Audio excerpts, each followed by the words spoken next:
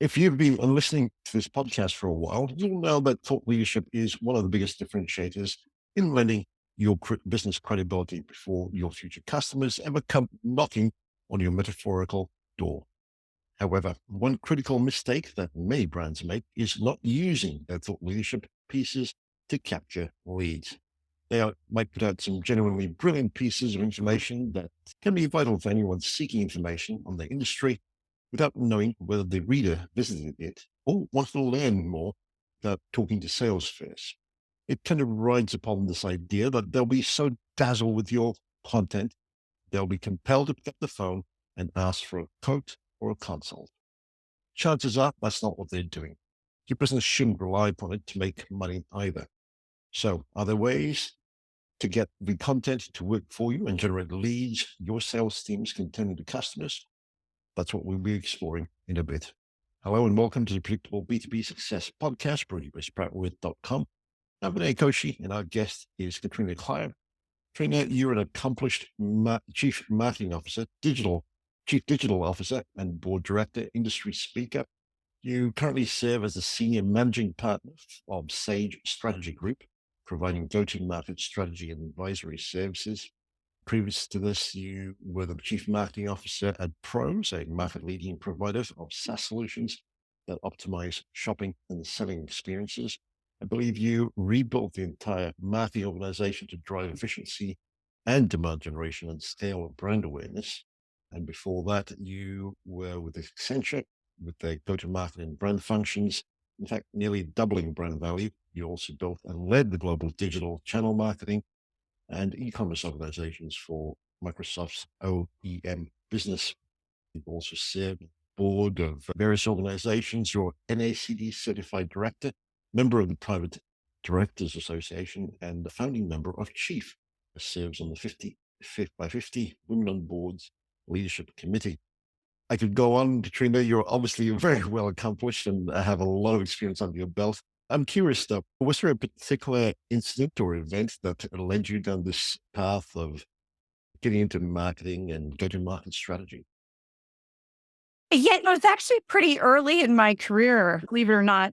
My education background is in finance, which is very helpful to understand the language of business and, Yeah. and all those kind of things. And when I finished university, I really wanted to be the first female CFO, Chief Financial Officer of a Fortune 50 company. And then I worked for the CFO of a Fortune 50 company and decided I never wanted his job. It's not just like some of the work I liked, but I was like, I don't want his job. Oh no, now what do I do? But what I was really good at was building market models, doing business strategy, figuring out how to grow businesses, finding efficiencies, scaling things. So marketing at that time, that was a little while ago, was really more focused on advertising and kind of high level brand. It wasn't really the much more that diverse function that you find to be today with all these different kinds of capabilities and things. It was like, okay, you have a media budget and you spend money with a brand agency and we're good. Now there's so much more to it, right? But I got into marketing all on the growth side of things, really on like market planning and analysis, if you will, for where can we go find space for the business to grow? What markets are there? What do they look like? The customers, what do they care about? How can we get to them and how much money can we in the process? So it was pretty early in my career that I made this pivot into marketing, but really more on that drive and growth side of things. So much more on the quantitative side. I don't have a creative advertising agency background, which you find with a lot of CMOs. Brilliant. So it's been quite a journey today. What would you say would be your personal area of strength? Yeah, it really is the strategy side of things. I'm one of those people that can't leave well enough alone in terms of thinking about how things could be better and optimizing things and where else we could go. People that have worked with me over the years are like, you're the only person I know that truly thinks in frameworks like all day long. And I'm a very curious person. So I'm always interested in why things are as they are, how they might be different. Could we try some different things and see what might happen? So yeah, pretty much that. And in that area of strength, what would you say is something that businesses don't know but should? I think the thing that they don't realize with marketing is that it is this combination of long cycle and short cycle work. So you have some like short cycle work, which is quick turn campaigns, things that you put in market that you expect to convert pretty quickly, and pretty quickly might be a couple hours. Depending on your business, it might be a Certainly. few weeks, it might even be a couple months. So quickly is a little bit of a relative term. But then there's also a lot of things in marketing that are long cycle. Building your brand is a long cycle set of activities. It doesn't change immediately overnight unless you do something terribly wrong and badly, in which case it can go south pretty quickly. But those are long cycle types of things. And so you really have to have that combination of short cycle and long cycle focus to make marketing contribute the most that it can to a business. And I think a lot of companies get just really focused on those short cycle parts of it and they Right. forget the Yeah. long cycle. Would you say it's a bit of a challenge for most businesses to think in terms of developing thought leadership and using that as part of their marketing strategy? I do, because I think it's that age old question of what is thought leadership and how do you know if you're doing it right or if you're not? And what does it really mean? And thought leadership, when done well, creates a connection. It creates then trust through what I call the prove it marketing. It's the stories that are relatable and verifiable Mhm. so that you can actually prove the value that you have. And if you do all those things well, it's accretive to your brand. Your brand reputation improves. And that's adding to that long cycle side of the value of marketing. But thought leadership is really about having a point of view that adds value in a way that people may not have completely thought about it that way before. It doesn't have to be a completely new bleeding edge. No one's ever heard of this before idea. In fact, if you're a B2B brand, I would say don't do that because then it's too far out there and people can't relate to it. Leave that work to the research of the universities and the think tanks and those kind of things. And I feel like that's really more where that kind of belongs. And when it gets a little more closer to market, then you can go jump onto those stories. But have it have an interesting point of view or something that people may not have stopped to really think about and realize, or connect it to other things in ways that are interesting and add value, but still relatable. So still close enough in to where your customers are. They can understand what it means. Well, that's interesting. So we can't go completely overboard in terms of introducing radically new or different ideas. But this term of value is something that I'm not sure is very well understood in many circles. How would you explain that to a company where challenge could be, or their thinking could be, that it's just about producing content? And how would it be any different to things that we could perhaps look up on Google and find say 50 or 100 different sources around the same topic? So I was wondering if you could help us distinguish between what you mean by value as opposed to what others might consider to be of value. Yeah, I think that's always the hardest part, isn't it? Is what is the It value is, of thought yes. leadership?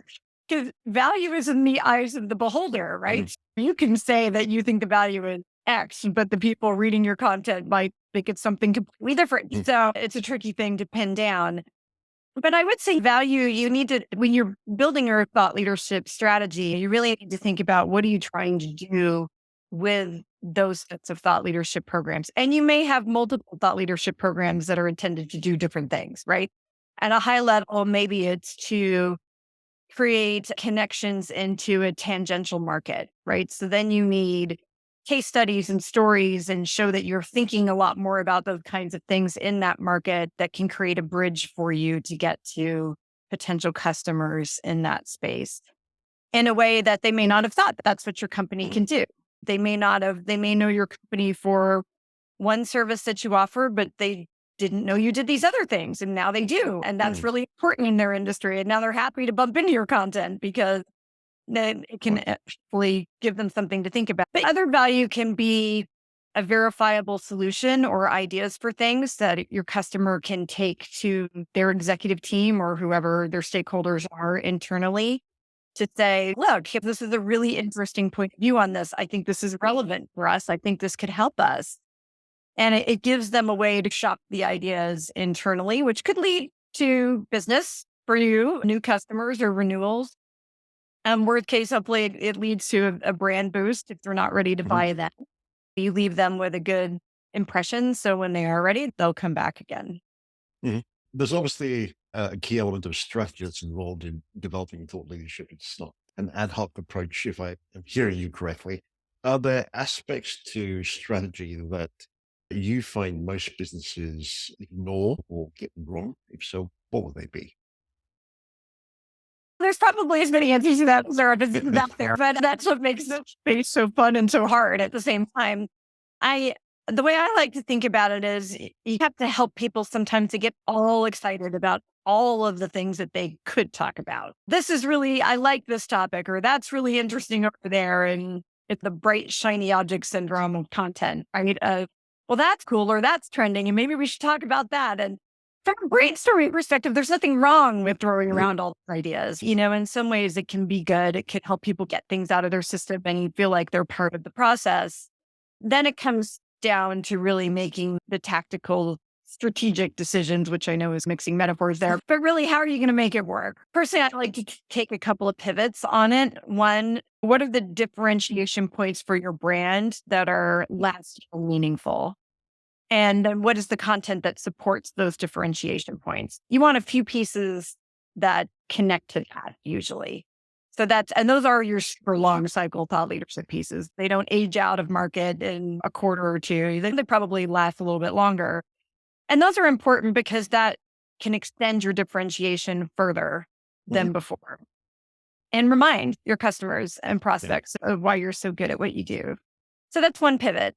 The other one is when you look at your business goals for the year or the next 2 years, depending on how long your sales cycles are, where do you expect the revenue to come from? And what kind of solutions are you going to sell? What kind of industries are you going to sell to? Where are your buyers in different parts of the world? And what do they need to make a good decision? And I know that sounds almost like demand gen campaign content, but it's one kind of a step or two above that, right? Because it's really what are the stories that we can tell that can help people understand that we can add value to them by hiring us and what they can expect for outcomes. And so a lot of that content can look a little bit more like a customer case study mixed with a little bit or additional perspective that kind of Mm, leads into thought leadership. But that can really be very helpful to create some leads for you and those kind of things. But I like to take those two angles. So you got mhm. the differentiation points, continue to build the brand, and then where are you expecting to drive business results over the next X period of time? And who do you need to reach to do that?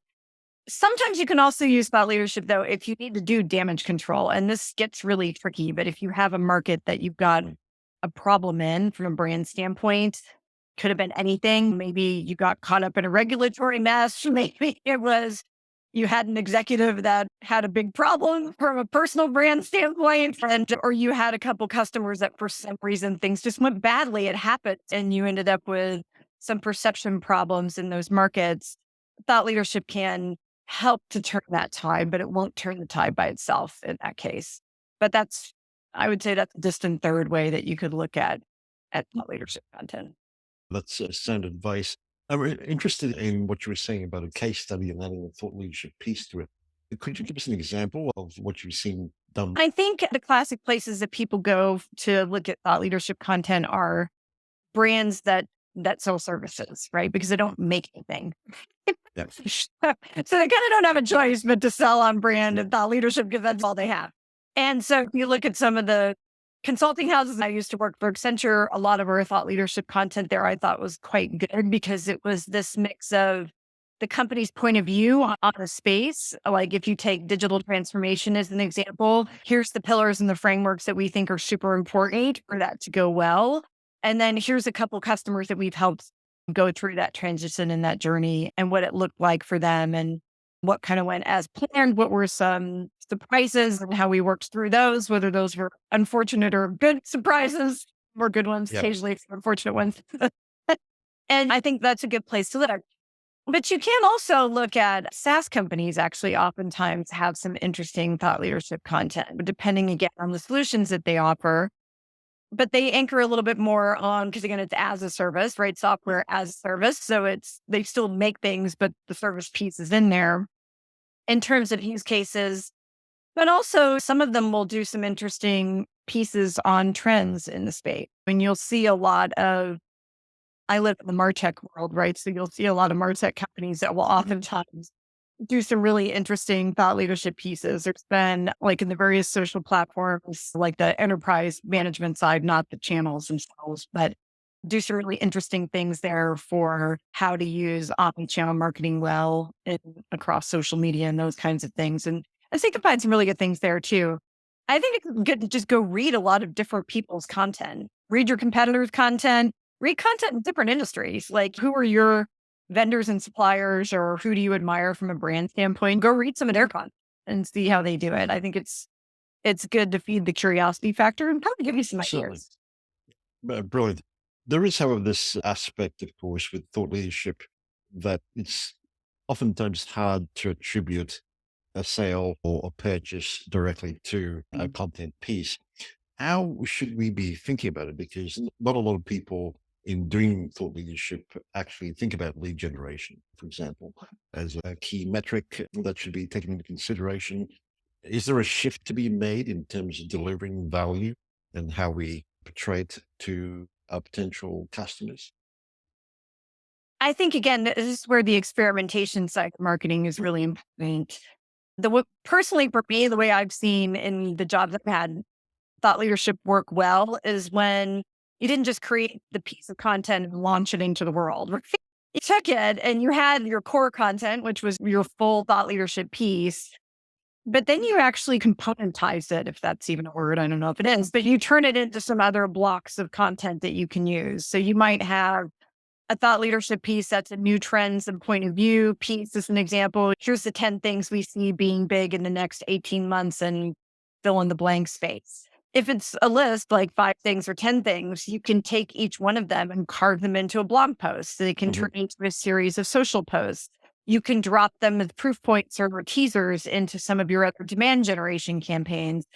And I think sometimes that's the part that some companies miss because they get really excited about the big, full thought leadership piece, which is super important and great. And you can put it on your website and behind an information paywall, gated or something. So you collect contact information. You can put it in webinars, which is a little bit longer or something too, and that kind of thing where you might go through the whole piece of content. But you can get mileage out of it as well by putting it into these component blocks, if you will, and leveraging them in some of your other campaigns. Let whoever was involved in creating the content in your company promote it through their LinkedIn profile, their Instagram, or whatever it is that they use personally as well. And I think that's really where you get the bang for your buck and the ability to start to track some attribution and some correlation. Thought leadership content versus just we've got a beautifully built web page and a downloadable PDF, and there's so much more to it you can get. With this aspect of thinking through how we would structure it, obviously recording, doing interviews, webinars, etc., to be used and divvied up into the pieces that you were talking about. With is there's sometimes a danger of being perhaps a little too salesy, if I can put it that way. Is there, I guess, a principle that we should keep in mind in order to ensure that we're not being too salesy, but genuinely trying to build relationships and value? Yeah, that's another one of those fine lines to walk. Isn't it? So much. We've all seen them. We've seen them and you just cringe because you're like, it could have been so much better if you just backed off a little bit. And then you see others where you're like, wow, this is really interesting. Wait, who is this company? What do they do? Yep. Again, I think some experimentation is good there. I would say if your brand is really well known in the space that you're trying to promote your thought leadership content, you don't really need to be that salesy because your brand's already working on that top of the funnel for you then anyway, and this will just continue to help.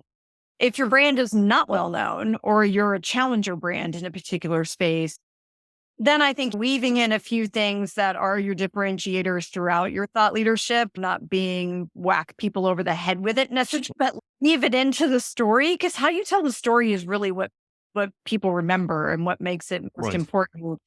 And then you always have an opportunity at the end of it to put in a little quick few seconds, if you will, of more a graphic or whatever paragraph or something, if it's written, of what your company does and how you can help, which is a little bit like the sales advertisement at the end.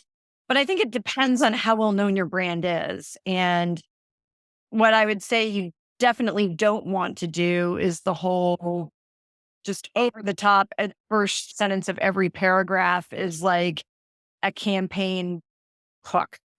It doesn't need to be that, but it doesn't Yeah. have to be at the end. And if you click through and do this now, you get blah, blah, blah, blah, blah. And the next 24 hours, Yeah. get not all of that, because then it just, people think it's a gimmick, right? And then Yeah. they don't actually pay attention to what the story is you're really trying to tell. But there is a balance point. If your brand's really well known, you don't need as much of the sales side because your brand's already working on the top of the funnel for you. Yeah. If you're less well known, find a way to diplomatically weave it in to some of the story. With the story elements, I guess a lot of people would say that they could tell a story. However, there is, again, a fine line in telling a story and ensuring that it lands well with your intended audience as opposed to falling flat. Are there other elements that you would recommend we look at? Now, couch that in the knowledge that there are a few frameworks out there, perhaps most notably the hero's journey or Joseph Campbell story structure. But for shorter form content, are there narrative elements that you would recommend we consider and look at to make stories land where it should? Yeah, it's really one of those things where you have to help people know where the story is set and how it starts, right? Yeah. It's like the class once upon a time in a galaxy far away, right? Kind of thing without taking too much time and space. But you need to have people have a frame in their mind of like, where am I in this thought leadership story? Who are the characters, if you will, or the people that are telling me this? Are they people that I want to listen to? Are they approachable and relatable? And I get a sense of what this adventure is you're going to go on, consuming this thought leadership content. And those are all really important to do. And you can do them through the language. You can do them through graphics and imagery, photography. You can do it through music. If it's an audio piece, you can set that stage in a variety of different ways. I will say my experience again has been that thought leadership content that is a little bit more inspiring and that offers solutions performs better. Don't scare people. They're scared enough. There's enough things in this world to be absolutely terrified of any moment of the day. People don't need to be any more scared than they already are. And so I think that shift from kind of fear tactics into a little bit more, and they weren't necessarily always overt, but the fear tactics were often there. If you look at the early days of thought leadership around cybersecurity, it would scare the daylights out of you if you read some of that stuff. And you're like, okay, I was scared before. Now I'm absolutely terrified. This isn't healthy. What do I do? Content that offers a little bit more of a inspiration, offers some ideas that can be helpful and provide people resilience to these things that have them a little nervous, I think generally performs better. And so you got to have to experiment a bit to try and find that balance. But it's important because it's really about the person consuming the content. It's not about your company. And that's always hard for people too, because they work really hard on this content, right? It's their baby that they've thrown their heart and soul into it, and they're proud of it, and they should be. But the way the story unfolds, it really needs to be about the person consuming the story and not about the people who've written it. Now, listening to you, I'm sure a lot of people are going, that's a lot of work in producing all these various bits and ensuring that it lands well. Would you recommend that most organizations look at doing this in-house, or certainly using thought leaders within the organization to expand on narratives, but get outside help to actually produce these into usable formats? Yeah, I think either one can work, right? Some of it depends on, a lot of people have taken what they sent over to agencies and kind of in-house a lot of that work, if you will. And others still use a lot of agencies. So I think you want to use the model that you have already. Your thought leadership will probably work within that. I will say, depending on the form factor you want to put your content into, you may want to get some different kinds of outside help. People that write really good, as an example, social media post copy that's fairly short, compact, punchy. It's a certain set of targeted words they're going to use. those people don't write long form content usually very well. It's a very different skill set because social media is hit it and leave. It's like the half life of a social post is blink and it's gone. Versus writers that can really do that and copy editors that can really do that longer form content. It's a totally different kind of skill set. And not everybody has that in house. So I think that's one area in particular that it can be helpful to get some outside support, whether it's the actual writing, they interview different people and form the concepts, you validate them, and then they actually write the whole narrative for you. Or maybe you have someone that can do some of that in-house and they copy edit it so that it's a little bit more consumable for people. And they can flag places then too, where this would be a great place for a pull quote. This would actually be better illustrated through a graphic or something like that. And that's helpful as well. But I think it depends on your agency structure today. But the big one I would say is the writing, because not everybody has people that can write good long form content in-house. And so it can be tricky to take people that are used to different things that are much shorter and more channel specific and then go ask them to write something that it's going to live on a web page because it's long form. It's going to be a downloadable PDF. It's going to be an outline that goes in a webinar. It's going to be a keynote speech. The events are going to sponsor, and that's really different kinds of stuff. With this idea of actually producing these pieces of content, would you say that you need a champion within the organization to spur the implementation of the strategy as opposed to trying to leave it just as a pure marketing function? Or would you say that marketing should have the overall oversight? Because I'm assuming that thought leadership would involve not just executives, but perhaps subject matter experts, etc., all of whom need to have a certain level of proficiency before you'd want them to go out into the public eye, so to speak. Yeah, definitely. I think it's helpful if marketing leads the whole process and runs the programs and things, right? Because then you're going to capture the right kinds of information that you can do the full thought leadership piece, but then do the component pieces too. And that you can attribute it to the right spokespeople, if you will, on behalf of your company. And so I'm a fan of marketing leading it. Occasionally you have product companies that don't like that approach, but usually you can find a way to make peace and keep going. But I think part of that is also, though, identifying who the people are that are going to be the contributors or the authors, if you will, of the thought leadership content. So where does the expertise live that you want to bring to life through this content? It might be in your R&D team. If you're a product company, it might be in your engineering team. If you're a technology company, it could be in a research organization if you tend to have one of those. It depends on obviously what your company does, but it would identify those people because you're going to want to attach a name to this or a couple of names to it if it's co-authored before you put it in market. Again, it lends credibility that you've got people in your company that live this every day that really are the market experts. And it needs to have a little bit of their voice in it too. It needs to be written in a way that it has the brand voice.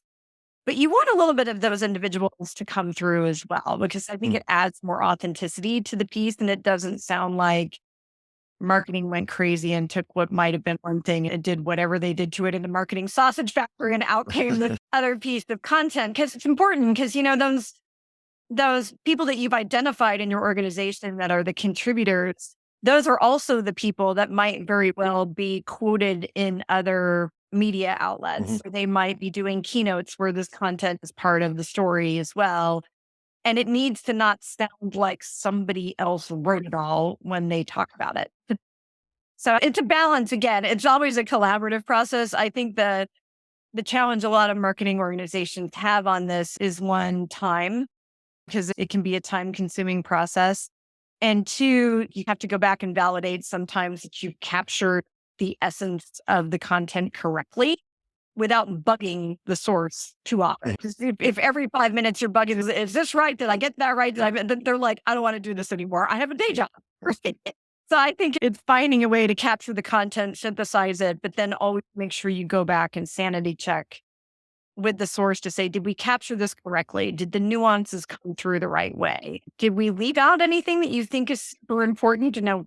In the grand scheme of things, maybe it is or isn't important, but it's always nice to ask because sometimes marketing is always a subject matter expert in all these topics, right? We're the experts in how to package it, how to get Yeah. people to consume it and promote it. So it's good to ask occasionally if you've missed anything that they think is really important or conflicted things or anything like that. But it can be time consuming. And that's why I think having like a program lead, if you will, that helps put together the topics, that prioritizes the topic, that figures out what the game plan is, if you will, for how you're going to populate that content together, and then how you componentize it, how it layers into the rest of your campaign strategy that you have in market, and when you're going to get the inflection points. It's a pretty big job, actually, running programs. But being organized on that front and managing the stakeholders well are the two things that can really, I think, help determine if you're going to be successful or just average, if you will, at it. So in approaching this strategy, one should be mindful of the fact that you're probably not going to hit home runs, so to speak, straight off the bat. It's going to take time to build up. Perhaps some of the things that I've seen a few companies invest in the space would be things like partnerships or events as well. Are there certain nuances to entering into a partnership or conducting events that we should be aware of in order to ensure that not only are they mutual ones, but ultimately we're serving the required audience as well? Yeah, personally, I like the idea of take the topics that are important for your company, right? And then go shop them around to a few places. Because maybe you want to do some co-authored content with an industry association that's important to your space, as an example. Or you're convening a panel of experts on something at an event and you want to go run some of this by them to put some quotes in it. And that's a slightly different form of partnership. Or you might co-author it with a bigger publication, whatever the trade journals are in your space or some of the bigger news outlets in your space, and you co-author something there.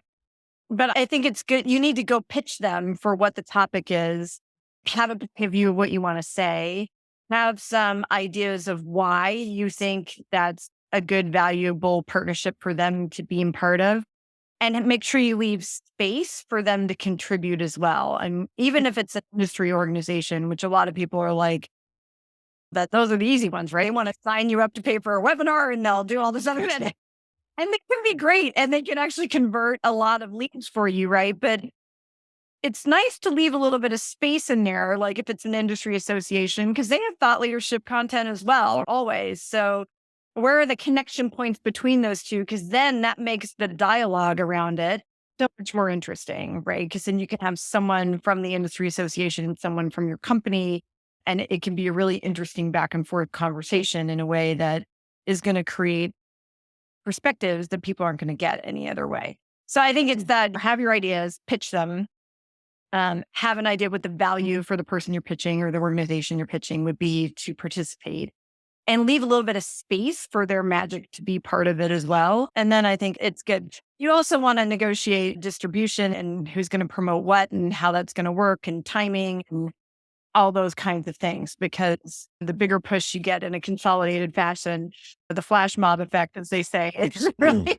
trying to do when you promote it, right, out in the marketplace. And talk through it all up front, because sometimes not everybody knows everything in either organization, right? And your stuff could get bumped because somebody didn't know that there was this big other program going out there or some other big announcement and those kind of things. And so just talk about it up front and have a way to regroup if there is a news cycle that causes you pause for something, because it does thing, and how that's going to work. Who can hit the stop button on this for some period of time for what things? That's the part that I think most people forget, because the news cycles can be extremely unpredictable. And the world is, I think we have all learned, especially over the last few years. And so you need to have what are your go, no go type of scenarios. Certainly. With this idea of thought leadership, especially from a lead generation or demand generation point of view, are there aspects that you often find don't get much airtime? If so, what would they be? I don't get much airtime for demand generation. I think the thing that people forget is that thought leadership, by definition, isn't a moment and gone. And so you can recycle some of your thought leadership content because it's expensive and time consuming to produce. Yeah. And so think about how you can recycle it, if you will, at different points during the year, whether it's the seasonality of your business or whatever it might be. But a lot of this content, you can reuse some or all of it in different ways throughout a year or even 2 years sometimes, depending on your business. And I think that's helpful for people to remember because most people plan for the initial launch and they do a Mhm. really good job with that. And they don't plan for how they could recycle things. And it's a much easier sell to get budget for this stuff. If you talk about how you can use it multiple times, trust me, it's a good story to have. It'll make your CFO smile. I would certainly agree with that one. On that note, if you were listening to this episode, what would you say would be your top take? I think it's really that the best thought leadership takes a good strategy and plan. And without that, the topics you pick don't matter. You really need to think through that strategy and plan ahead of time and help people have a way to get their ideas out without getting lost in just because a lot of people inside your company like it doesn't mean it's going to be good thought leadership. It's not about them, it's Yeah. about your customers. And I think using that as your North Star is really important because it's very easy to get bogged down in just the doing of it all and all the details and all the things that you have to think about and all the decisions that need to be made. And so keep that like bigger picture front and center for yourself and remind the people that you're working with why you're doing all this, like why you're all on this journey together is helpful because these things can get scope creep and go in a million different directions really quickly on you and get very squirrely if you're not careful. So I would say keep that strategy picture front and center for yourself and everyone you work with. And if listeners are curious and wanted to find out more, where would you recommend they head to? More than thought leadership. Oh my gosh, there's a lot of places you can go. There's some publications around the world that are well known, generally speaking. And again, a lot of them are connected to the universities. The Harvard Business Review is always a good one to look at. I would say always read the trade organizations in your respective industry because they do a lot of this too. And follow your larger name influencers in particular, because that's where you're going to find some interesting things as well. But be curious. Like I said, go read lots of different cool stuff. You might get inspired in ways you hadn't imagined. And perhaps looking at the implementation side of things, because a lot of the journals would produce high level content, but I guess the devil's in the detail and implementation is key. Any resources that you would recommend for that?